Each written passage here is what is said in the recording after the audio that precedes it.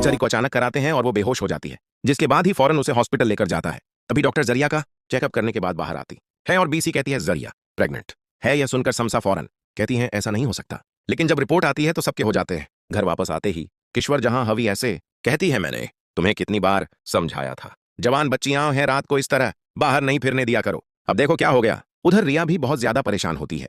वो फौरन जमील को कॉल करती है और कहती है अब हमें निकाह करना होगा, मैं प्रेग्नेंट हूं और तुम्हारे बच्चे की मां बनने वाली हूं। लेकिन जमील उसकी बात सुनकर कॉल काट देता है। ये सुनकर रिया और ज्यादा जाती है। दूसरी तरफ जमील भी अपने के पर परेशान होता है और घर छोड़ा कर चला जाता है। तभी उसकी मुलाकात एक मौलवी साहब से होती है। जमील उन्हें अपनी सारी परेशानी बताता है। मौलवी साहब कहते हैं बेटा तुमने जो गलती की है उसका एहसास है तो जरिया निकाह कर लो और अपनी जिम्मेदारी को बोलकर। लेकिन जमील कहता है मैं पहले खुद को दीन के रास्ते पर लाना चाहता हूं, मैं अपनी जिंदगी ठीक करना चाहता हूं। दूसरी तरफ अबकर हमला को भी एक मदरसे में छोड़ डैच कर आता है और कहता है आप इसका ख्याल रखें और इसे दीन की तालीम दे। हमना मजबूरन वही रहना शुरू कर देती है।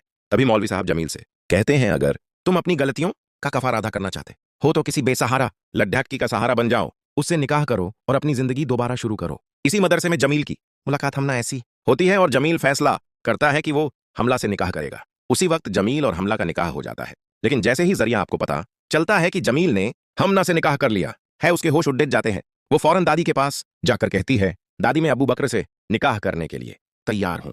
किश्वर जहां फौरन खुशवक्त से बात करती है और जरिया आपके रिश्ते का जिक्र रती है। खुशवक्त अबू बकर से पूछती है तो अबू बकर जरिया के माजी को जानते हुए भी इस रिश्ते के लिए राजी हो जाता है। लेकिन रिया आखिरी वक्त जमील का इंतजार करती है।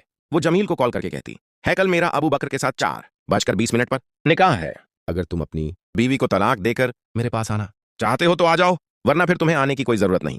अगले दिन निकाह की तैयारियां शुरू हो जाती है। जरिया बार बार घड्डी की तरफ देखती है।